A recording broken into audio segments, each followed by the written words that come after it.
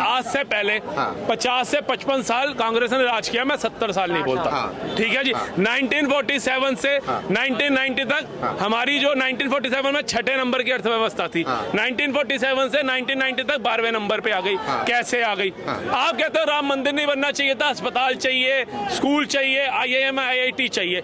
आपके 1947 से टिल 2003 तक आपने कितने एम्स भारत को दिए? मात्र एक।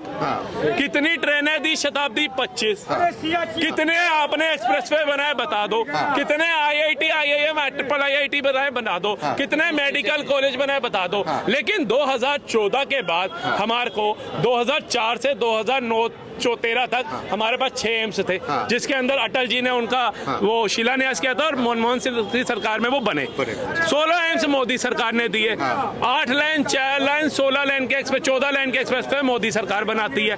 0 वंदे भारत थी 2014 से पहले, आज 41 से 44 वंदे भारत को दी जाती है। ठीक है जी। आज हमारे देश के अंदर जो गरीबों से जुड़े मुद्दे थे, जिनकी तरफ किसी सरकार का ध्यान नहीं था, चाहे वो शौचालय योजना हो, उद्यमी योजना, औषधि योजना हो, आवास योजना हो, स्वास्थ्य योजना हो, कृषि योजना हो, कृषि कल्याण योजना हो, कृषि सिंचाई योजना हो, मुद्रा योजना हो, सुकन्या योजना हो, बेटी बचाओ बेटी पढ़ाओ योजना हो, ऐसी तमाम योजनाएं सिर्फ 10 साल के अंदर मोदी सरकार लेकर के आती है। ठीक है जी। हमारे देश का अहम मुद्दा कश्मीर, जब भी वारदात होती थी UNO में जाकर के अटक जाता था। आज कश्मीर के मुद्दे को 2 मिनट में सोल्व करने का काम मोदी सरकार करती है। कश्मीर के अंदर इंसान पैदल नहीं चल सकता था, साइकिल पे चढ़ना छोड़ दो। आज जम्मू से कश्मीर तक ट्रेन चला दी जाती है। विश्व की सबसे बड़ा स्टैच्यू, सबसे बड़ा स्टेडियम, सबसे बड़ा टनल, सबसे बड़ा बाईपास, सबसे बड़ा आपका कहते हैं क्षेत्र, ये सड़क का क्षेत्र, राजमार्ग, जो हम चाइना को भी पछाड़ के आगे जा चुके हैं, वो सरकार मोदी सरकार करती है। आप बताओ, आपके कार्यकाल में आपने देश के लिए क्या किया? 11वीं से 5वीं अर्थव्यवस्था मोदी सरकार बनाती है।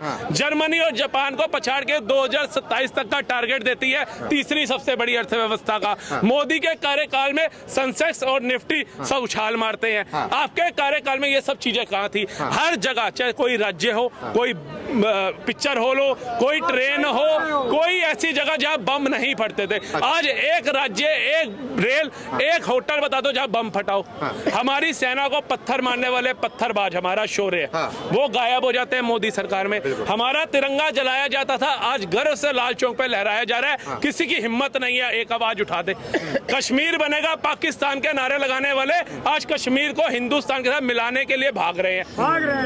POK लेने तक की बात आज हमारा भारत देश करता है, अमित शाह करते हैं, और उसके अंदर 23 से 24 सीटें आरक्षित करते हैं। जो कल तक कहते थे चाहे सियाचिन हो, चाहे कच्छ हो, चाहे POK हो, वो हमारा मुद्दा नहीं है, दे दिया फोकट में। लेकिन आज अगर देश के अभिन्न अंगों को जोड़ने का काम अगर भाजपा सरकार कर रही है तो वो प्रशंसाजनक है। आज भारत का विश्व स्तर के ऊपर हमारी विदेश नीति अच्छा हो रही है, तो उसका भी जो प्रशंसा का कार्य है मोदी सरकार को जाता है।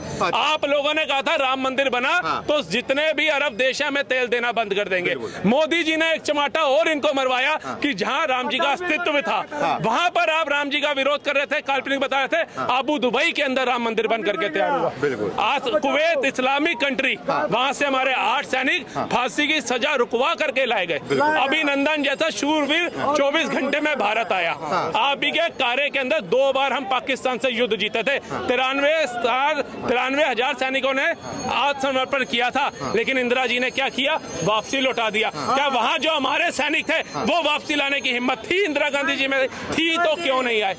आज अभिनंदन जैसे एक शूरवीर के लिए वहां का नेता, वहां का मंत्री सांसद में खड़ा होकर के कहता है कि हमारे हाथ कांप रहे हैं, चेहरे पे पसीना आ रहा है, मोदी आर्मी भेज देगा, इसको हमें छोड़ना होगा। ये भारत का कोई मंत्री नहीं कह रहा, भारत का कोई युवा नहीं कह रहा, मोदी का कोई नेता नहीं कह रहा, ये पाकिस्तान का नेता कह रहा है। कम से कम उस पर तो विश्वास करो। और अभिनंदन आया, चाय पकौड़े खा करके आया कि भैया थोड़ा भी वेट कम ना हो इसका, नहीं तो पाकिस्तान की जमीन कम हो जाएगी। ये शौर्य है मोदी का। वो शेर है, अपने आप को लोग कहते हैं वो शेर है, वो शेर नहीं, बब्बर शेर है। बब्बर शेर है, बिल्कुल। आज आप बताओ, आज से पहले हमारे मनमोहन सिंह जी वेल एजुकेटेड, बहुत सम्मानित व्यक्ति हैं, लेकिन वो पीछे रहते थे। किस संविधान के तहत, किस कानून के तहत? जब बाहर से कोई राष्ट्रपति प्रधानमंत्री आता था तो सोनिया गांधी जी उनको अटेंड करती थी और हमारा सम्मानित प्रधानमंत्री मनमोहन सिंह जी पीछे खड़ा होता था। किसने राइट दिया? आज हमारा प्रधानमंत्री आंख से आंख मिला करके बात करता है। F-16 दिया था इन्होंने पाकिस्तान को, अमेरिका ने F-416 खरीद के दिखाया मोदी ने, और ये कहता रह गया मत खरीदो। उन्होंने कहा तूने हमारे दुश्मन को F-16 देते हुए सोचा था जो हम सोचेंगे। इसने कहा रूस से तेल मत लेना, उसने कहा तू बोलता रहे तेरी सुनते होंगे, और उसने रूस से रूबल में तेल खरीदा।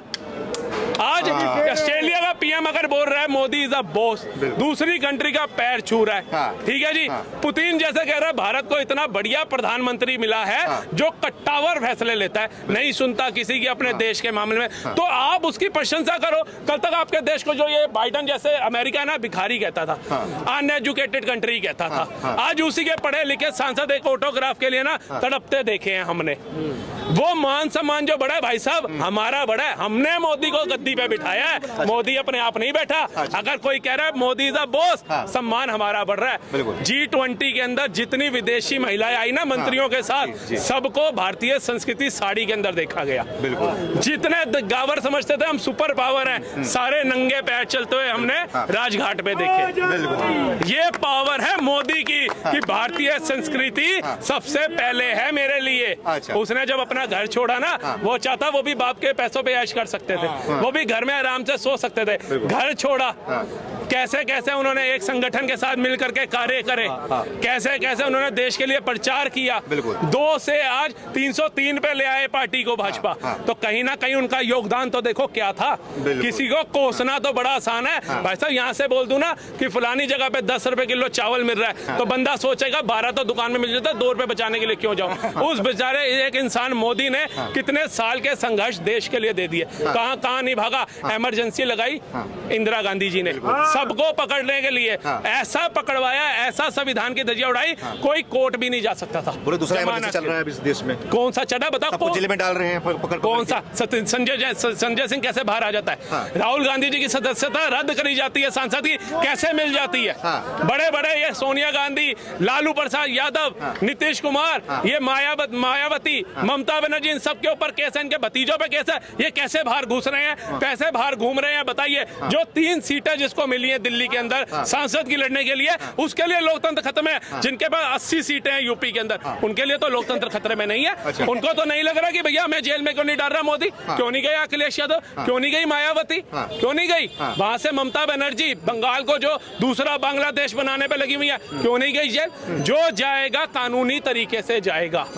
अगर मोदी तानाशाह आ गया ना, फिर हम भी कहेंगे तानाशाह। अभी तक तो वो उसके अंदर तानाशाह वाला रूप नहीं है, बता दीजिए। सिखों के साथ कदम से कदम मिला करके मोदी चलता है। अब ये पहले हिंदू मुस्लिम भाईचारा खराब किया, आज हिंदू सिख भाईचारा खराब करने पे भी 2 कदम नहीं लगा रहे। करतारपुर कॉरिडोर जी, हमारे प्रधानमंत्री जी जाते हैं उधर, खुलता है, रूपे बन रहे हेमकुंड साहिब जी के अंदर, आह्वान करते हैं, बाल दिवस 4 साहिबजादे, किसी को भी नहीं पता होगा 4 साहिबजादे थे कौन। जोरावर सिंह बाबा, बाबा फतेह सिंह, बाबा जुझार सिंह और बाबा अजीत सिंह, ये कौन थे किसी को नहीं पता होगा। ये तो पिक्चर आई 4 साहिबजादे, लोगों को पता चला, उसके बाद मोदी जी ने बताया कि भैया 4 साहिबजादे बाल दिवस के रूप में आह्वान किया जाएगा। इन्होंने क्या किया, इन्होंने बताया बाबर महान था, अकबर महान था, हुमायूं महान था, फलाना महान था। सालों जो असली महान थे वो तो बताओ।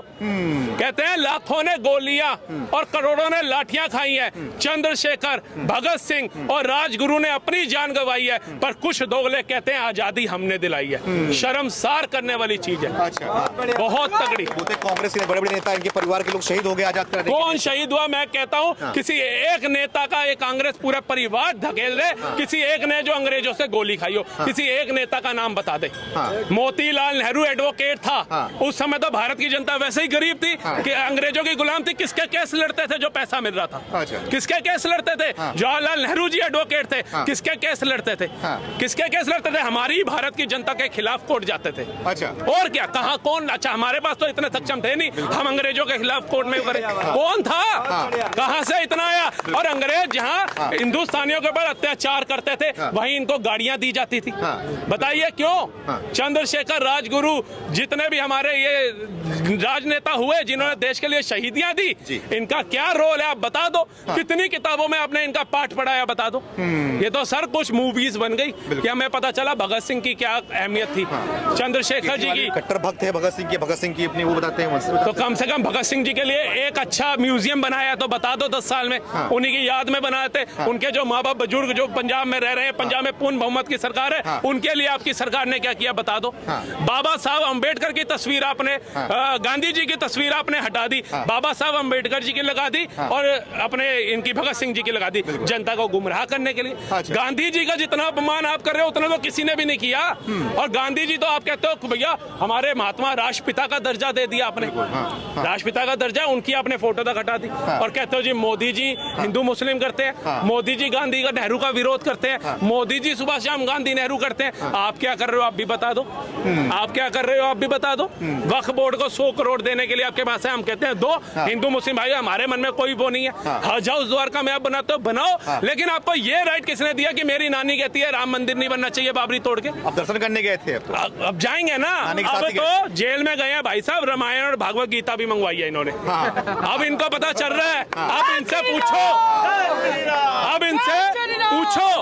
अब इनसे पूछो कि जेल में क्या काम आ रहा है, भागवत गीता रामायण या वो जो दोगली राजनीति कर रहे थे बाबरी मस्जिद को लेकर। और जिन मुसलमान भाइयों को ये भड़का रहे थे, राम मंदिर तैयार हो गया, फैसला एक ही दिन दोनों का आया था, बन गई बाबरी मस्जिद, हो गई तैयार, बन गई बहुत शानदार। ये गागू घी वाली बातें हैं। अच्छा। मुस्लिम को भी पता था हर चीज इतनी आसान नहीं है।